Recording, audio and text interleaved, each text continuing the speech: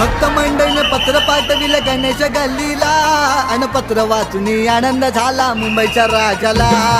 पत्र वाचून आनंद झाला मुंबईच्या राजाला. पत्र वाचून आनंद झाला मुंबईच्या राजाला. अनेक रूपे घेऊन येतो माझा गणराया. कधी विष्णू श्रीकृष्ण माझा शिवशंकर भोळा. शिवशंकर भोळा, शिवशंकर भोळा, शिवशंकर भोळा, शिवशंकर भोळा. हे गणा